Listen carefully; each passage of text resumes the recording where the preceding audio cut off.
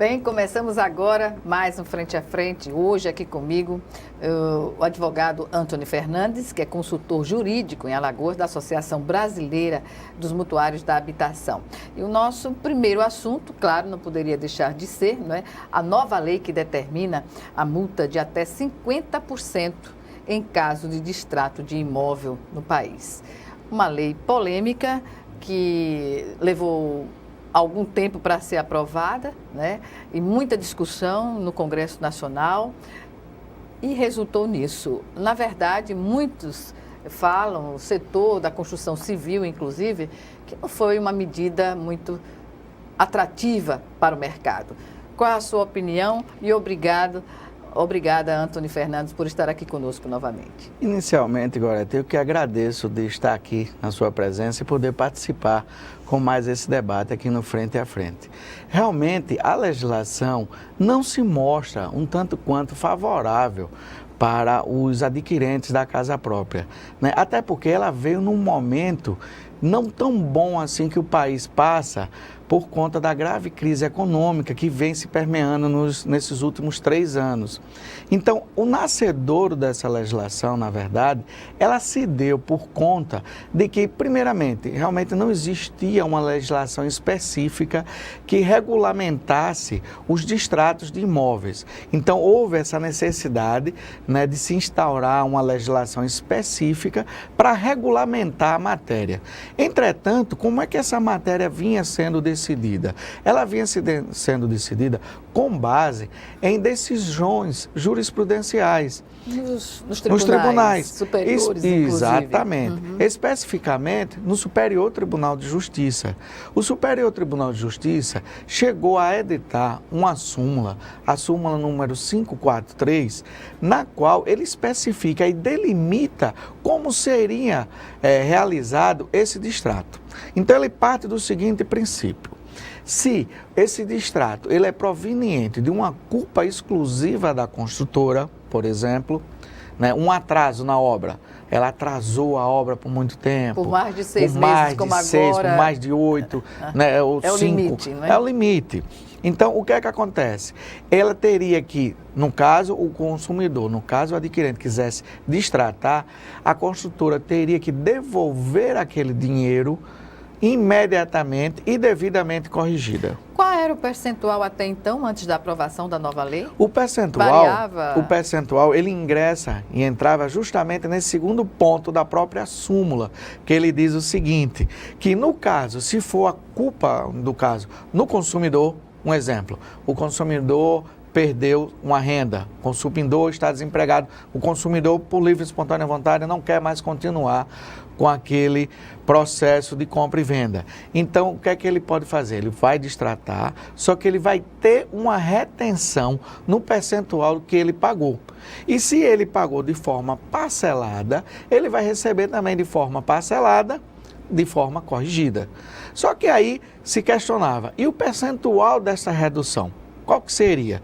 Então, o Poder Judiciário também chegou ao ponto de dizer, olha, o percentual ele vai de 10% a 20%. Nós tínhamos um caso apenas no STJ de 25%, no qual este adquirente da casa própria, ele estava morando, ele estava residindo naquele imóvel. Então, chegou-se ao percentual máximo de 25%. Na negociação. Na negociação. Então, descontava-se 20%, 10% a 20%, a diferença era devolvida ao mutuário. Só que o que é que aconteceu? Muitos investidores compravam os imóveis nas plantas e até mesmo nas chamadas cotas. Então, antes de lançar aquele empreendimento, o construtor lançava umas cotas exclusivas para investidores e os investidores começavam a aderir àquela cota. Não é? Financeiro da obra. Então, aquela reserva, aquele aporte financeiro que foi ali para a construtora, muitos investidores faziam isso com a intenção de se ganhar com a conclusão da obra. E aí, o que é que acontece? Quando concluía a obra, geralmente ele ganhava de 20% a 30% a mais. do que ele teria investido. Com a crise econômica, os investidores começaram a se aproveitar também da situação de distrato e solicitar o distrato. Claro, vamos dizer que ele perdesse de 10 a 20, mas ele não perdia todo o dinheiro. E por conta de várias construtoras terem entrado em recuperação judicial, o medo dos investidores elevou-se. E elevando, cresceu o número de demandas judiciais. Com isso, o próprio STJ chegou a debater esse tema por duas oportunidades, o ano passado e o ano atrasado, 2017, final de 2017, e no março, eu acho, abril de 2018. Inclusive, eu também fui a essa palestra, a esse debate. E aí, teve que se delimitar para identificar quem realmente era o investidor e quem realmente era o consumidor, ou seja, aquele que estava comprando para morar. Pois é, na verdade, o distrato, em sua grande parte, nunca foi feita pelo comprador, não era numa quantidade expressiva feita pelo comprador, Sim. mas sempre por investidores, né? Sim. Aí, essa lei, chegando agora com esse percentual de 50%, foi um tiro no pé para todos, né? Eu acredito para o que mercado, sim, para o sobretudo. mercado. Eu acredito que no momento que houve, porque certamente deve ter também havido uma certa pressão dos próprios, no ramo da construção civil. No lobby, no Congresso. No Congresso. Então, com essa pressão, veio a surgir essa legislação. Só que, ao invés de se ter uma boa legislação, vamos assim dizer, para ambas as partes, não. Por quê? Porque criou agora uma dúvida no consumidor e o consumidor vai pensar 2 ou 3 vezes na hora. Então, vai haver esse recuo, né, por parte do consumidor e vai, mais uma vez, sofrer a construção civil. Como a gente pode visualizar esse sofrimento na prática? O que difere para o construtor, para o setor imobiliário, não é, a construção de um lançamento de um empreendimento imobiliário na planta e outro que já está construído. Tá. E faz o equilíbrio, eles conseguem fazer dessa forma um equilíbrio de caixa para a construção de novos empreendimentos? Geralmente, quando o construtor ele está com um imóvel na planta, ele necessita, se ele não tiver recursos próprios, tá? Tem determinadas construtoras que têm recursos próprios. Construtora com recursos próprios, ela vai tocar aquela obra sem nenhum problema.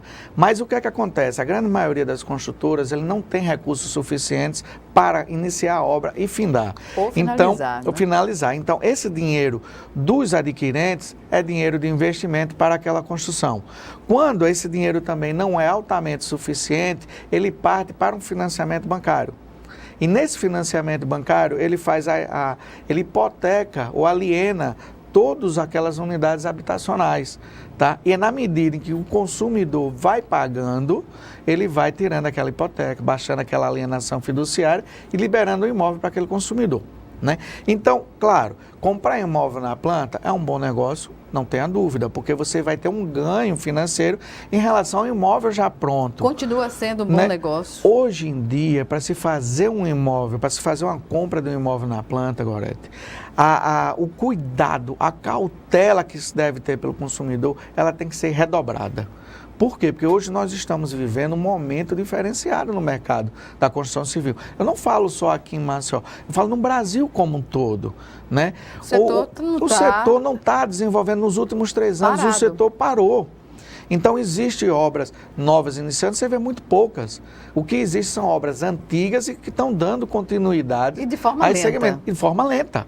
Perfeitamente, de forma lenta. Isso é no Brasil todo. Se a gente for observar, estatisticamente, o déficit habitacional já aumentou.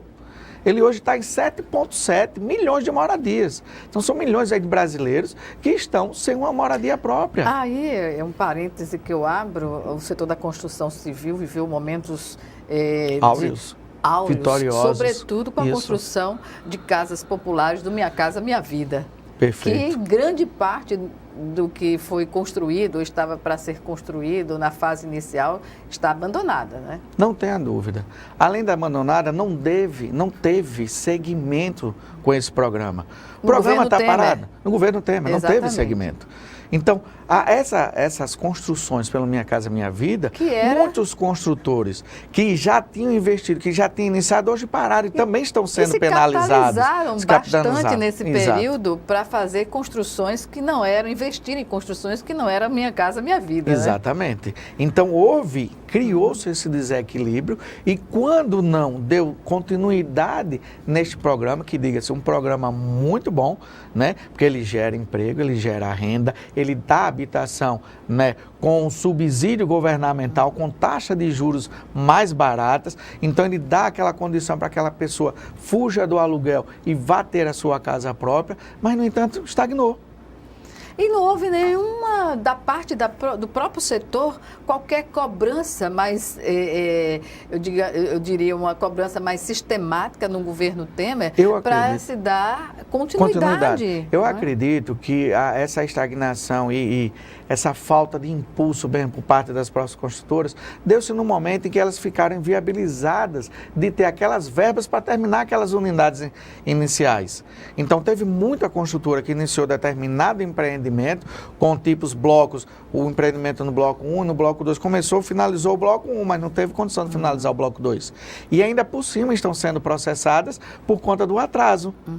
Atraso na obra, né? Por conta da obra estar parada. Tem situações aqui no nosso estado de conjuntos habitacionais, vamos assim dizer, que não foi feito, não foi dado seguimento e as pessoas estão sendo cobradas, inclusive de IPTU. Olha o absurdo. Onde ela nem sequer está residindo naquele imóvel. E tem que ir para a justiça, né, para rever essa situação, para analisar todo esse conteúdo e se resolver, porque a pessoa não recebeu, está sendo cobrada, financiamento ativo e você ainda cobrando por um imposto que nem sequer estava utilizando aquela moradia. Como a pessoa deve proceder inicialmente, né, no caso desse? Nesse caso, realmente não tem outra solução senão correr para o Poder Judiciário. Instruir bem o processo com base legal em fatos e provas e solicitar imediatamente que essa situação seja reparada, porque não é possível, não tem a menor condição de você, além de não ter sua residência, você está arcando com obrigações que não são suas. Então, é uma disparidade muito grande e que vem sendo corrigida agora no âmbito do Poder Judiciário. Agora, por um outro lado também, tem determinadas construtoras que, utilizando-se do programa Minha Casa Minha Vida, utilizou de material de baixa qualidade. Pois é. Como até questão de fiações elétricas, as especificações diferentes do memorial descritivo, né? E quantas vezes a gente já viu aqui casas em conjunto pegando fogo? Mas a fiscalização é do governo, né? Não tenha dúvida. O governo tem responsabilidade. Você está certíssima. Você está certíssima nisso. Porque para haver o pagamento, tem que haver a medição daquela obra. A medição daquela obra é feita pela própria estrutura de engenharia do banco que está financiando. Se for a Caixa Econômica Federal, ou se for o Banco do Brasil, qualquer instituição que esteja financiando pelo Minha Casa Minha Vida imóveis na planta, ela tem que fiscalizar. Se ela fiscalizou e liberou o dinheiro sem uma fiscalização correta, ela é tão quanto responsável como a construtora. Sem falar que algumas construtoras, é comum observar em qualquer governo, né, mergulharem nas obras sem ter a capacitação, digamos assim, a capacidade financeira para tocá-la, né? Aí chega na metade da obra, pede um aditivo para justificar, digamos assim, a continuidade, não é? E muitas vezes, quando se trata de unidades habitacionais, aquele aditivo não é permitido, porque você é baseado justamente num plano orçamentário público e apresentado antes mesmo da liberação daquelas verbas, tendo em vista que aquelas unidades habitacionais é que vão garantir o pagamento daquele débito. Então, quando se fala, geralmente, uma construtora pensa numa hipótese de pedir um aditivo para um objeto residencial, é muito delicado. É bem diferente da construção de uma ponte, né, de uma estrada, onde se vê comumente isso. E quando se trata de habitação, tem que ter mais uma cautela. Mas voltando à questão da multa de 50% para o distrato em imóveis, né? O que se pode anunciar, né, digamos assim, num curto espaço de tempo, sobre essa situação do mercado? Porque isso inviabiliza grande parte das construções no país. Tá. Né? A questão dos 50%, agora, quando ela veio e vem na lei, né, e através mesmo das divulgações, diz, olha, agora o consumidor, o adquirente da casa própria vai perder 50% do que pagou. Na verdade, ela faz uma distinção. E qual é essa distinção? Esse 50%, ele é para empreendimentos ligados ao patrimônio de afetação. O que é que seria isso? O patrimônio de afetação, ele foi criado naquela época em que a Encol, lá em São Paulo, deu aquela quebradeira geral, entrou em falência e os consumidores ficaram sem nada. Então criou-se uma lei chamada Patrimônio de Afetação, na qual o construtor, aquela empresa construtora, vai construir determinado empreendimento e destina em cartório que aquele empreendimento vai ser com um patrimônio de afetação. Ou seja, todo o patrimônio daquele empreendimento, ele é separado do patrimônio da empresa. Especificamente para aquela construção. Para aquela construção. Então, se por um acaso a empresa sofrer uma falência, uma recuperação judicial, não afeta. Nestes casos aqui, que é um patrimônio específico e garantido, é que o consumidor vai perder 50%. Eu, particularmente, achei um absurdo, porque se esse patrimônio aqui, ele já está garantido, por que eu vou perder mais? Era onde deveria perder menos. Exato, a lógica, né? A lógica, isso. Não é isso? No entanto, não, você perde 50%. Agora, para empreendimentos que não são ligados ao patrimônio, não está instituído com patrimônio de afetação, aí a perda é de 25%. Tá? Outra coisa que ficou, vamos dizer assim, incorporada ao prazo de construção, o prazo de 180 dias. O prazo de 180 dias era prazo de exceção, Gorete. Era prazo de falta de material, falta de mão de obra, chuva excessiva no mercado. Então, o que é que acontece? Nesses casos específicos, né, ele admitia-se uma extensão de 6 meses. E agora não precisa de nenhum problema de natureza, não é, temporal ou atemporal, que esse prazo foi estabelecido. Isso pode-se dizer que pode acarretar também num prazo ainda maior, além desses 6 meses que são legitimados pela lei? Bem, como você bem colocou, os 6 meses já foram legitimados, né? Então ele incorporou. E aí o que é que acontece? Se ultrapassar agora, vamos dizer que ele estipula um prazo de 5 anos para a construção, ele tem 5 anos e 6 meses nessa construção. Ultrapassou os 6 meses, aí o consumidor tem o direito de romper esse contrato, tá? E ainda receber uma multa de 1% sobre o montante que pagou. E a construtora tem que devolver esse dinheiro para o consumidor.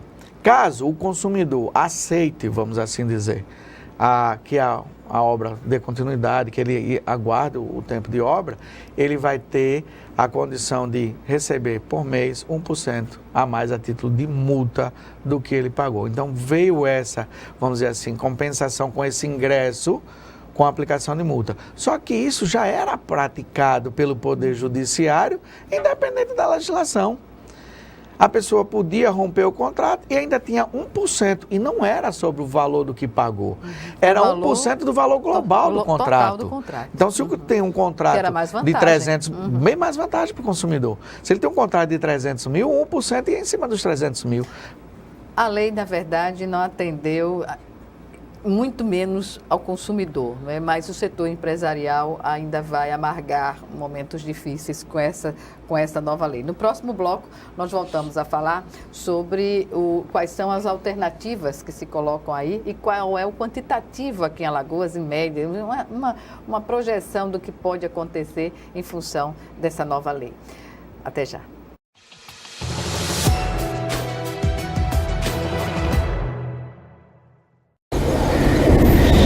Precisamos defender os corais da Amazônia, um paraíso frágil que não existe em nenhum outro lugar do mundo. Precisamos defender os corais. Da ganância das petrolíferas, do derramamento de óleo, Da ameaça de uma tragédia anunciada. Diga não a esse absurdo em defendaoscorais.org. E faça a diferença. Assine a petição. Somos pelos corais da Amazônia, somos Greenpeace. Você acredita que o meu filho hoje não anda porque ele foi picado por um mosquito que você não dá importância? Foi um dos momentos mais difíceis da minha vida. Acho que as pessoas só têm noção da gravidade quando vivenciam a situação. O perigo é para todos. O combate também. Faça a sua parte. Com ações simples, podemos combater o mosquito. Ministério da Saúde. Governo Federal.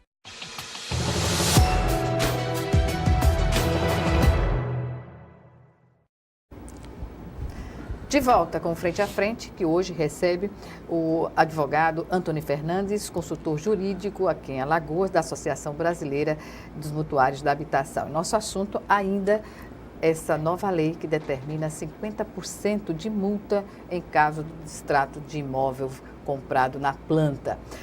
Claro, pelo consumidor ou por investidores, né? Que na maioria é feita essa compra por investidores. Sobre os valores, não é? A lei, sabe-se se ela incide sobre novos contratos ou apenas para novos contratos ou vai englobar contratos anteriores? Como funciona normalmente? Tá. A legislação, ela tem em um dos seus artigos, especificou-se que o construtor ele tem um prazo de até 30 dias para fazer a adequação dos seus contratos. Então, por exemplo, ele diz em um dos pontos que tem que ser criado um quadro de resumo. Nesse quadro de resumo, ele vai além da qualificação das partes, ele vem a taxa de corretagem que será paga pelo consumidor. Quem pagará essa taxa de corretagem, né? Ele vem a taxa de juros, no caso, ou o índice de correção, no caso dos pagamentos parcelados. Ele vem a data para a entrega do empreendimento com uma possível prorrogação, tá? Então, ele tem a partir de 30 dias, a partir da edição da lei, a lei foi editada dia 27 de dezembro de 2018, ele tem até 27 de janeiro de 2019, para poder fazer essa regulamentação. E aí sim vai valer para todos os contratos. Agora, uma das coisas também que me chamou muita atenção agora, se assim me permite, é que a questão da taxa de corretagem. Você lembra que é uma polêmica aquela taxa de corretagem? Quem paga, quem não paga? O quem STJ, compra ou quem vende? Quem compra ou quem vende? Porque o que é que acontecia? O consumidor vai até o estande de venda, que geralmente é colocado no local onde vai da obra. Com o apartamento decorado. Exatamente. E aquilo ali é uma isca muito grande, né, para que o consumidor venha e assine o contrato, muitas vezes até sem colocar na ponta do lápis o que ele vai investir naquele empreendimento. Apenas com a apresentação do projeto arquitetônico, né, que Exatamente, enche os olhos. Enche, né? os olhos, e bem como um apartamento decorado. Quando ele adentra naquele apartamento, que ele vê todo bonitinho, todo arrumado, enlouquece. Grande maioria, essa que é a verdade. E aí onde a gente diz, olha, tenha calma, porque isso aqui é um mero protótipo do que será o seu, não necessariamente será o seu aqui. E é necessário que o consumidor coloque na ponta do lápis se a renda dele vai dar suficientemente para cobrir tudo aquilo. Porque o que é que acontece também? Os índices de correção. Às vezes ele está conversando com o corretor do imóvel, o corretor do imóvel, às vezes, aquele que está ali naquela situação, não está bem informado, diz, não, doutor, olha, não sobe muito não, está tudo tranquilo, o percentual é muito baixinho. Só que aí, por exemplo, tá o INCC, o Índice Nacional do Custo da Construção, acumulativo. Aí ele diz, mas está subindo muito. Mas por quê? Porque está no contrato que ele está vendo acumulativo. E o acumulativo ele passa desde o início do contrato e mês a mês. Toda vez que ele vai corrigir, ele puxa aquele índice lá do início e vem mês a mês corrigindo. E isso dá um aumento naquele valor daquela prestação. Agora, no momento em que ele pega, por exemplo, o INCC e faz uma correção apenas mensal, aí ele não vai ter tanto um aumento como se tem com um acumulativo. Aí, voltando a só a questão da taxa de corretagem. Quando ele ia para a justiça dizia, estava escrito no contrato que isso era do consumidor? Não. Então tá, já que não está escrito no contrato, o consumidor não tinha ciência, então devolve-se o dinheiro para o consumidor. E o STJ chegou nesse posicionamento, chegou nessa materialização com essa tese de dizer, olha, se está escrito no contrato, você, consumidor, é responsável pelo pagamento daquela taxa. Se não, é a construtora, devolve-se o dinheiro. Hoje, com essa nova lei, se por acaso o consumidor quiser desistir, vai ser descontada a taxa de corretagem. Dele? Dele. Mas não tem nada a ver uma coisa com a outra. Não tem nada a ver, mas já está na própria legislação. E aí o mais gritante disso é que consumidor, ele não contratou o corretor, ele foi ao instante de venda disponibilizado pela própria construtora, né? E ele vai arcar com esse custo no final, no caso de distrato. Mas pode acionar juridicamente? Não, porque já está dentro da legislação. É dentro da lei. Já é lei. Então, se por um acaso, na hora que for fazer um contrato, o consumidor tem que ficar mais atento. Por quê? Ciente, não é? Ciente. Porque também a legislação diz, olha, tem que dizer a taxa, o valor da taxa de corretagem e para quem vai essa taxa de corretagem. Ou seja, para a imobiliária tal ou para o corretor Y. Por tá? isso, na venda, já deveria estar lá especificado qual corretor, não é? Se fosse o caso. Exato. E hoje a legislação, ela manda que isso seja feito. E aí onde está? Será que o consumidor vai ter a opção de dizer, não, eu não pago? Não é? Pois é, para ter Vai um ficar prejuízo muito ainda mais, maior. bem maior. Porque aí o consumidor tem que dizer, amigo, olha, a taxa de corretagem eu não arco com isso. Não tem como. O que a gente pode observar sobre aqueles percentuais que o senhor falou anteriormente, Sim. né? Isso ocorre também naquelas chamadas intercaladas? O percentual de desconto que você está falando? O percentual de desconto, ele vai incidir em tudo que o consumidor pagou. Vamos dizer que num contrato de 300 mil, ele tenha pago 100 mil reais. Nesses 100 mil reais, se ele quiser desistir, tá? Então, ele vai ter um desconto de 25%, ele vai perder a taxa de corretagem. Se ele estiver residindo no imóvel, Gorete, ele ainda paga como se fosse um aluguel, pelo tempo que ele ficou. Imagina o que ele vai ter de devolução. Quase nada. Quase nada. Então, quando você falou os 25%, ele vai incidir não só na prestação, como no valor global do que foi pago por ele. É uma tacada muito grande, um percentual muito elevado. Essa medida, se o mercado estivesse, como o senhor falou no início da entrevista, vivendo nas nuvens, Sim, né, estaria sim. praticamente tudo resolvido. Tudo resolvido. Mas não é o caso. Não é o caso. Né? A crise pode aprofundar ainda mais com essa nova lei vigente. E tem mais um detalhe. O consumidor, né, ele vai perder aquele imóvel, não vai para a construtora. A construtora, além de fazer esse desconto, ainda vai ter o imóvel e recolocá-la no mercado para venda. Quem ganhou? E a venda dentro de um mercado que não está favorável. Não está favorável, né? Ou seja, se a gente Isso for é uma olhar... bola de neve, né?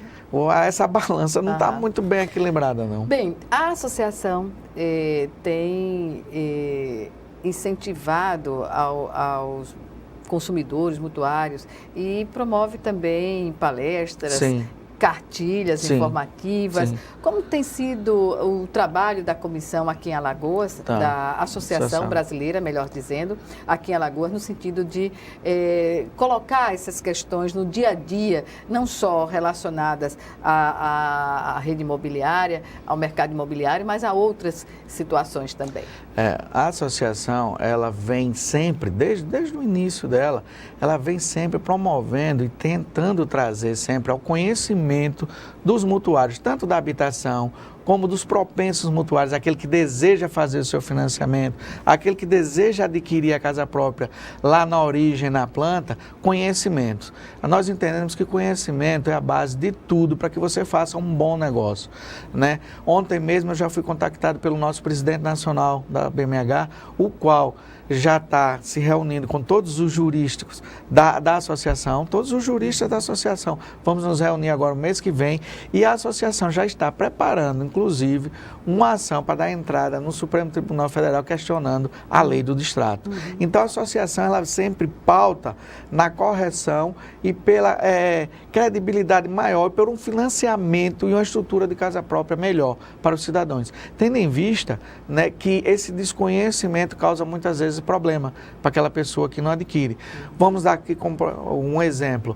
Às vezes vai se fazer um financiamento habitacional e não especifica para aquele mutuário que aquele contrato dele pode ser cedido para uma securitizadora, pode ser cedido para uma outra empresa bancária. No meio do contrato, ou no fim, quase no fim do contrato, Tá lá a específico. pessoa é surpreendida, né? Pois é. E muitas vezes essas securitizadoras não mantêm o mesmo vínculo de qualidade que o banco, no caso Caixa Econômica, né, que é que mais faz o financiamento, digamos, Sim. também popular no Brasil, Sim. desde o popular ao mais Ao alto elevado, nível, do alto nível, mas se surpreende porque o consumidor muitas vezes deixa de receber aquele documento mensal de acompanhamento do pagamento das prestações, quanto falta, se financiou em 20 ou em 15 anos.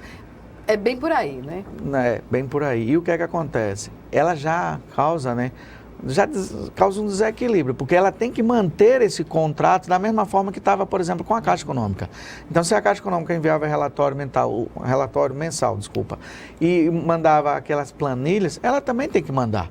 E é um direito, porque também está na lei, a Lei 11.966, ela trata em regulamento, inclusive o programa Minha Casa Minha Vida, ela regulamentou também a Lei 4.380, que trata de financiamento habitacional. E ela especifica que é um direito do mutuário de ter uma planilha onde consta os valores das prestações, valores de seguro, taxa administrativa, valor de saldo devedor e as correções. E a mensalidade específica lá com os descontos, com os acréscimos. Com os acréscimos, o que é que houve, a modificação, os juros que foi incidente, o saldo devedor atual, ou seja, é um direito do consumidor, do mutuário. A Caixa tem alegado muitas vezes que essas informações estão disponibilizadas no site do banco. Isso atende à necessidade do consumidor? Não, na medida em que ela não emite, por exemplo, via site, né, via aquele campo interno, uma planilha dessa ordem. Se ela emitir essa planilha nesse mesmo segmento, nessa mesma formatação, aí é tranquilo. Mas o que é que ela emite? Geralmente ela emite segunda via para pagamento. Mas as pessoas que têm débito em conta, eles não precisam anexar lá para puxar a segunda via de pagamento. Então, ele tem que solicitar. E essa solicitação, geralmente, é feita diretamente na agência bancária e não via site. Exatamente. Bom, e nesse caso, o consumidor pode fazer a reclamação até nos órgãos de defesa do consumidor? Pode, inclusive também pode fazer essa reclamação na própria ouvidoria da instituição. Tem lá o telefone da ouvidoria e muitas vezes eu recomendo que se faça essa reclamação na própria ouvidoria, porque a ouvidoria vai ter ciência do que está acontecendo, qual a agência que está praticando aquele ato e tomar as medidas necessárias. Pois bem, vamos agora para o nosso segundo e último intervalo. Já já estaremos de volta.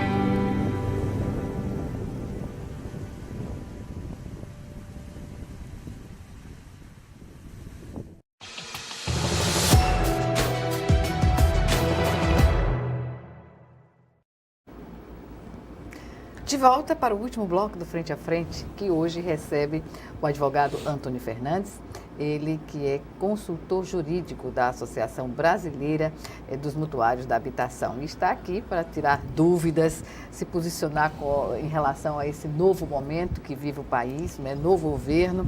E aí eu pergunto, novo governo, o mercado em crise, né, tentando aí o mercado imobiliário. Sim. Né? E outros setores também da economia do país, tem aí a reforma da Previdência, que coloca muita gente nessa indefinição, ainda que vai ser discutida com o Congresso. Tudo isso tem reflexo na economia e no consumo, né?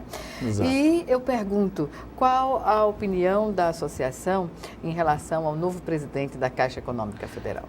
Veja, o novo presidente da Caixa, ele deu logo assim que assumiu, no discurso dele, ele disse que ia manter a taxa de juros para as pessoas ligadas ao programa Minha Casa Minha Vida. E fez uma sugestão de que as outras pessoas que não tivessem ligadas ao programa Minha Casa Minha Vida, os juros seriam do mercado. No dia seguinte a esse fato, ele se retratou e disse que não seria bem assim, mas que também iria fazer abertura de créditos imobiliários e venda desses créditos. Então a gente vê assim um pouco de preocupação, Gorete, no seguinte ponto. Primeiro, se for elevar a taxa de juros a nível do mercado, o mercado já está ruim. Então, se você for fazer a elevação da taxa de juros ou nivelar ela a taxa de juros de mercado, ela vai ficar com um valor de juros bem superior já praticado. Então, por exemplo, no programa Minha Casa Minha Vida, você tem uma taxa de juros de 4,5% ou 6,5%. Quase ao mercado. ano, né? Quase mercado, ao ano. Mas quando você foge da linha Minha Casa Minha Vida, você vai a ele a 10%, que é juros da época de 1990, 1991.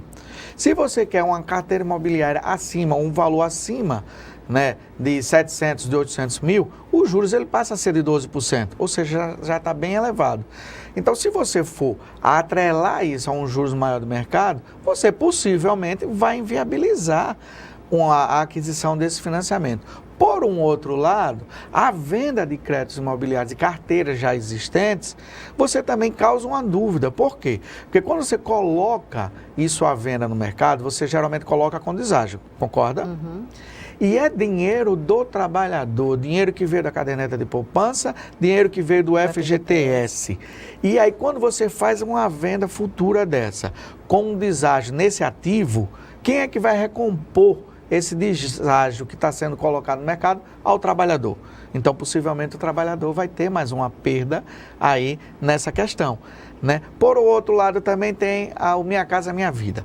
Hoje a inadimplência no Minha Casa Minha Vida está altíssima. Não só no Minha Casa Minha Vida, mas no financiamento como um todo. Por quê? Porque nesses últimos 3 anos, elevou-se o número de desempregados. Hoje, o nosso país está com 2 dígitos de número de desempregados. Nós estamos na ordem de 12 milhões de desempregados. É muito alto, muito alto. Então, essas pessoas, né, que tinham financiamento, que acreditaram no sistema lá no ano de 2009, 2010, quando estava aquele boom imobiliário, hoje eles estão praticamente são lá. Por quê? Porque estão prestes a ser despejados. E o novo presidente disse que vai tomar medidas em relação a isso. Mas quando, na verdade, deveria tomar medidas para tentar dar condições de pagamento a essas pessoas. É porque o déficit habitacional, hoje, o desemprego vai levar também, como você falou. Exatamente. E que já está alto, possivelmente vai aumentar. Pessoas que hoje tinham e moravam em seus apartamentos, possivelmente ou vão tentar morar de aluguel, um aluguel bem mais em conta, ou vão morar para casa dos pais. Vão morar na casa dos pais, vão retornar à casa dos seus genitores. Para quê? Para tentar um equilíbrio econômico nas finanças. Já que estamos falando sobre economia, e no caso a sua atuação vai do direito civil, direito empresarial, direito imobiliário, previdenciário, bancário e ações em prol do consumidor, quando a gente ouve o superministro da Economia, Paulo Guedes, afirmar que a reforma da Previdência é urgente e que ela vai determinar o desenvolvimento econômico do país nos próximos anos. Como você vê uma afirmação dessa? Olha, particularmente em relação a isso, se a gente for olhar em nível global, os recursos que vêm para a Previdência são recursos de diversas fontes, inclusive até das loterias, que tem uma participação daquilo, né? Eu acho que primeiro deveria haver, Gorete, isso é uma questão minha, pessoal, uma opinião pessoal, deveria primeiro haver uma investigação da origem desses recursos e para onde estão indo esses recursos, para só então depois se pensar em fazer uma reforma. Mas ao que parece o lobby dos títulos aí da medicina, da assistência privada é que parece que sempre prevalece e determina, né? Porque realmente, como você falou, o lobby é muito forte. E isso termina, posteriormente, trazendo um prejuízo para quem? Para o consumidor, para o trabalhador brasileiro. Então tem que se pensar mais no trabalhador, em nós, trabalhadores, né? Que no futuro queremos ter uma boa aposentadoria, queremos ter uma segurança para um bom futuro, numa velhice. E não se pensa nisso, infelizmente. Uma reforma tributária que seja justa com os trabalhadores no país, não é? Porque a classe média paga muito imposto, a classe trabalhadora já na sua base já começa a pagar também, e quem está no topo da pirâmide tem todo o direito de escalonar dívida, enfim, não é? Paulo Guedes até colocou em um dos seus discursos uma situação muito pontual, que ele disse que a classe média é onde que se paga mais, e realmente onde se paga mais. Classes acima, poderes, não pagam tanto quanto se paga na classe média, né? Então você vê, vira o ano, começamos janeiro, então já vem a IPTU, já vem IPVA, já vem escola, já vem seguro de veículo, e tudo isso com uma carga tributária altíssima. E que muitas vezes inviabiliza o sustento de uma família. Na verdade, a carga tributária no país, entre outros tributos, só faz com que os bancos que tirem proveito dessa situação. Com crise ou sem crise, é o setor que mais lucra no país. Até porque no momento desse, são os primeiros a oferecer crédito, afirmando que teria um juros diferenciado quando não são. Quando a gente percebe que aqueles juros estão bem altos e que são juros, capitalizados, ou seja, são juros sobre juros sobre juros, e que muitas vezes a pessoa não consegue terminar. Ou quando consegue é porque ingressou com uma ação judicial, pediu uma revisão naquele contrato e aí obteve um sucesso. Quando não, infelizmente, até isso já se criou uma legislação no âmbito do poder, né, da questão imobiliária, permitindo a capitalização dos contratos de financiamentos imobiliários. Ou seja, foge totalmente a questão social e a finalidade social do programa para se permitir o empréstimo de dinheiro a um trabalhador que a origem dele é paga e remunerada muito mal, muito baixa. Por exemplo, no FGTS você paga 6% ao ano, né, mais um ATR, você cobra do mesmo trabalhador do qual você pegou aquele dinheiro emprestado a 6%, você cobra dele 12%. Então, o dobro, um spread bancário muito alto e muito injusto. Então, é realmente necessário rever isso? Agora também é necessário rever e modificar essa legislação. Por quê? Porque não se admite você conceder um benefício de financiamento para uma casa própria, permitindo que esse mesmo dinheiro que você emprestou, aquele consumidor lhe devolva capitalizado. Como é que aquele consumidor vai lhe devolver esse dinheiro 2 vezes mais, ou 3 ou 4 vezes mais do que ele pegou? Ele vai para a inadimplência. Vai para a inadimplência. Aí nós vamos cair novamente naquela situação do contrato chegar depois de 10, 20 anos e ter um saldo devedor absurdo. O resíduo. Os chamados resíduos. Perfeito. O resíduo. E aí como é que se vai pagar um resíduo? Nessa época mesmo, há 1 ano atrás, 2 anos atrás, nós vimos pessoas que terminaram o financiamento da época de 89, 90, chegar final com 1 milhão. É um absurdo. Uma prestação que passou de R$400 para 10 mil, 12 mil reais, e ter que reparar isso na justiça. E, infelizmente, o STJ, Gorete, disse que o mutuário tem que pagar. Isso foi que chocou, isso foi um absurdo muito grande. O STJ simplesmente não analisar a situação de acordo com os princípios da dignidade da pessoa humana, o direito à moradia, né, o do devido processo legal, tudo, direito de propriedade, a função social daquela propriedade do Estado, que é fornecer a moradia. Nada disso foi observado, infelizmente. Pois é. Agora, vou voltar a uma questão específica. Por favor. Que não falamos durante a entrevista, para finalizá-la, porque estamos no minuto final. A lei de multipropriedade, que está nesse contexto das novas leis aprovadas. Aqui, praticamente no apagar das luzes de 2018, né? O ex-presidente Michel Temer começou a fazer a caneta ganhou força, né? Então, realmente, foi editada a lei de multipropriedade de imóveis. O que seria isso? O mesmo imóvel, ele pode ter vários proprietários. Como assim? Isso já acontece nos Estados Unidos. Então, se você já teve a oportunidade, alguém de vocês teve a oportunidade de ir, por exemplo, a Orlando, então as pessoas lá oferecem desconto para você participar de uma palestra para tentar lhe vender um imóvel. E essa venda desse imóvel, você tem direito à fração de dias. É a mesma coisa que foi criada agora na legislação brasileira. Então, ela tem uma legislação, a legislação já específica. Tem o consumidor? A vantagem é que você passa a ser proprietário do imóvel, tá? Que muitas vezes, por exemplo, aquela pessoa não tinha condição de ter aquele imóvel. Mas aquele mesmo imóvel, vamos dizer, eles têm 10 ou 20 proprietários. E você tem o direito a utilizar naquele imóvel por um prazo mínimo de 7 dias.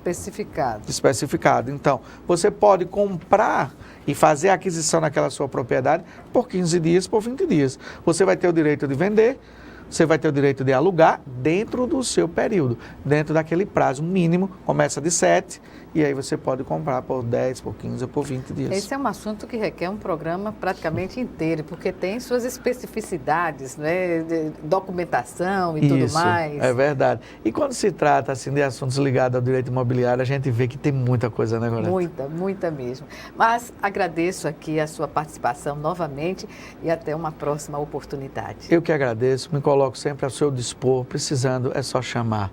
É muito satisfatório estar aqui ao seu lado. Obrigada. Até a próxima. Mais informações a gente pode obter com os telefones que estão aí no vídeo, 3357-2043, para qualquer dúvida em relação a essas questões que tratamos aqui. Obrigada. Eu que agradeço. Obrigada a você também que nos assistiu e até o nosso próximo encontro aqui novamente no Frente a Frente.